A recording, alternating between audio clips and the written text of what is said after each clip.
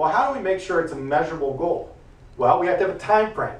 If you're here today, and let's say someone is 45 years old today, and let's say they want to retire when? Well, let's say age 65 is the goal. So that's 20 years that you have to reach that goal from today. So 20 years, we make it measurable, right? That's the M part of SMART. Age 65, 20 years from now. In addition to that, not only have to have a time frame, but we have to put a dollar amount to it. And this is where it gets tricky. This is where it gets hard. The dollar amount, we want to identify how much do we think we're going to need to have a comfortable lifestyle. How much income do we need?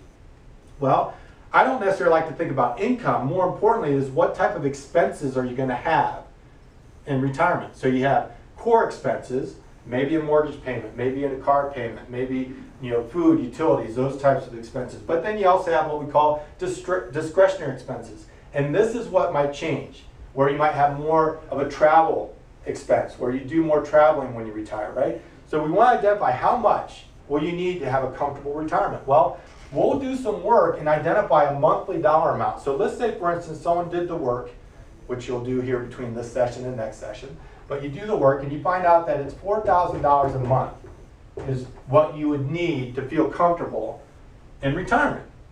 Great, so now we've made it measurable. We have a time frame and we have a dollar amount. Now we make certain assumptions that inflation will make this increase over time, and we know that we're saving money toward that goal into our nest egg, and this is going to grow over the next 20 years. This is what we need to determine is going to provide our $4,000 a month. So this is what goal setting does. This is actually what I call financial planning. Because you're beginning with the end in mind and you're working backwards to say, well, how much do I need to save? What rate of return do I need to earn on my assets to build enough of a nest egg to provide that goal? Fair enough? So, financial planning. You look at this, it's an easy concept, right? It's easy to understand when I draw it up. Sometimes people say, well, no, it's actually pretty confusing, but that's neither here nor there. It's easy concept. The hard part of financial planning is the execution of it. How do you actually go about doing it? That's what we're going to learn in this class. The steps necessary to take to execute your own game plan. Okay? I know, people are getting excited. I'm excited too. So, we look at this. That's blind spot number one, is make sure you have specific, measurable goals. And then you want to make sure it's attainable, right? And you want to make sure that you reward yourself as you're working toward those goals. And then finally, it has to be timely. Timely means do it now. Start working toward it. Systematic savings, those types of things. All right, so let's keep moving on. Other blind spots. Another blind spot is we don't have any guidance. In fact, it says here that 64% of us receive no professional advice. 2/3 of all Americans don't get any professional advice. Well, why do you think that is? A lot of it has to do with the fact that people think they aren't worthy of advice, or it's too costly, too expensive. And I always share with them that, listen, I think everyone deserves advice. Why? Because think about it. If you're handling your own financial decisions, which some of you probably already do you think there's emotion involved or not? Usually there's emotion involved, right? Because it's your own money, it's your own resources. It's emotional. But if you get a third party to look at your situation, now it's more of an objective point of view. There is no emotion, so you might get some advice that you wouldn't be able to put on yourself otherwise. So again, I think that's a blind spot. I think everyone deserves advice, and you need it to make sure you're making the appropriate sound decisions. Blind spot number 3, we spend too much. No question here. We live in a society that's instant gratification. You see it, you want it, you buy it. If you don't have the money, you put it on credit card. Very common in our culture. Well, it says here statistically 58% of us don't use a budget. So again, almost 60% don't use a budget. Show of hands, how many use a budget? Okay, right? I mean, if you took the average here, it's probably a handful, maybe 30-40% do a budget. 60 of us don't. In fact, 2/3 of us have less than 3 months of living expenses and savings too. So we don't have a good cash reserve.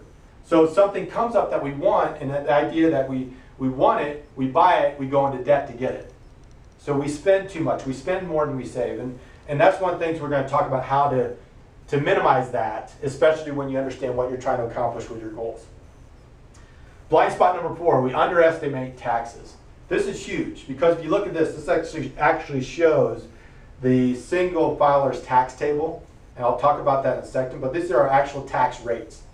We live in a society that has a 10% income tax rate, a 15% income tax rate, 25, 28, 33, and a 35% tax rate.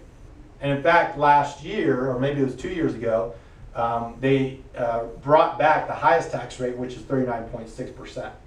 So this is income taxes.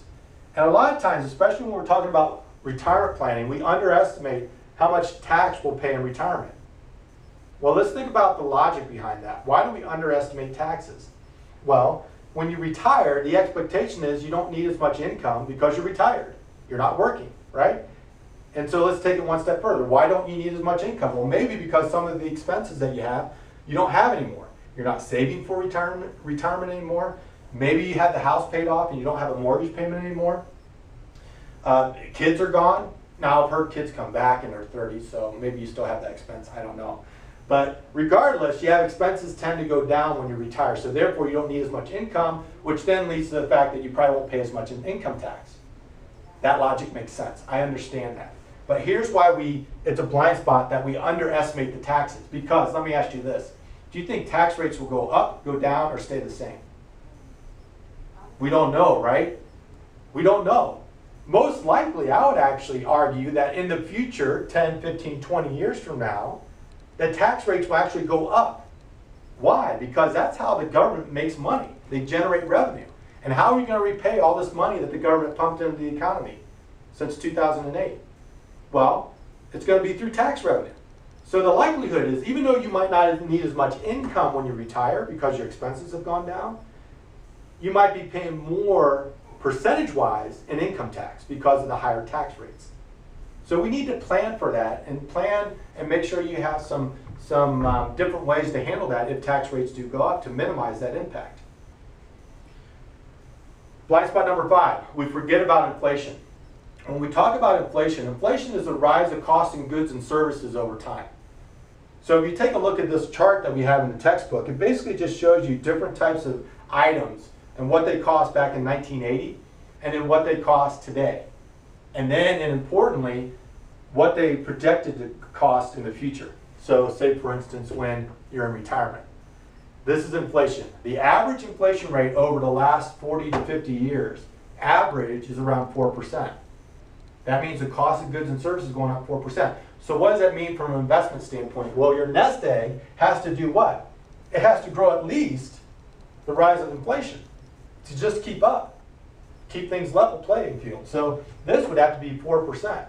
But then more importantly, we would typically want to outpace inflation so we have the money to grow, right? So that's where we talk about investment strategies to outpace inflation. So we have to make sure we remember this because inflation is one of those things that it would sneak up on us. We don't recall really how it happens because it's little by little over time. We don't recognize the difference.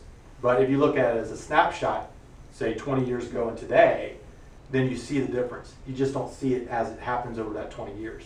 So we definitely have to factor that into your plan, an assumed inflation rate. Let's flip the page. Blind spot number 6. Just as much as blind spot said that we spend too much, we actually save too little. So blind spot number 6 says, same thing. 61% of us save less than 10% of our income. That's not a lot. And especially understanding how much you might live into retirement. I mean, there's a potential here for someone to have a 30-year retirement, right? Life expectancy might be age 95. So if they're able to retire at 65, that's 30 years of being retired. We probably need to save more than 10%. The question is, what does it mean for you? So we need to identify how much do you need to save for your own particular goals. Blind spot number 7, we retire too soon. Actually, half of us actually try to retire or expect to retire before age 65.